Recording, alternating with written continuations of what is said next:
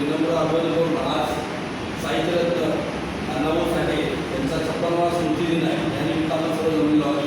या कार्यक्रमाला उपस्थित मांडेकर साहेब असतील, आमचे सहकारी मित्र अनिल लावणे असतील, दीपक जाधव असतील, माझे सहकारी विजय जाधव, माझे सहकारी संजय पाटोले आणि हा जो कार्यक्रम ज्यांनी इथे आयोजित केला सहकारी सर्वांचंच असेल. त्याच्यामध्ये पण त्यांनी कोणाला एका उलटी पोटपुडे असेल, नितीन मायदंडे, त्याच्यानंतर अनेक सहकारी आहेत, बालाजी असेल पोटपुडे आणि किती सहकारी त्यांनी वेळेवर ठरवून हा कार्यक्रम इथे घडून आणला.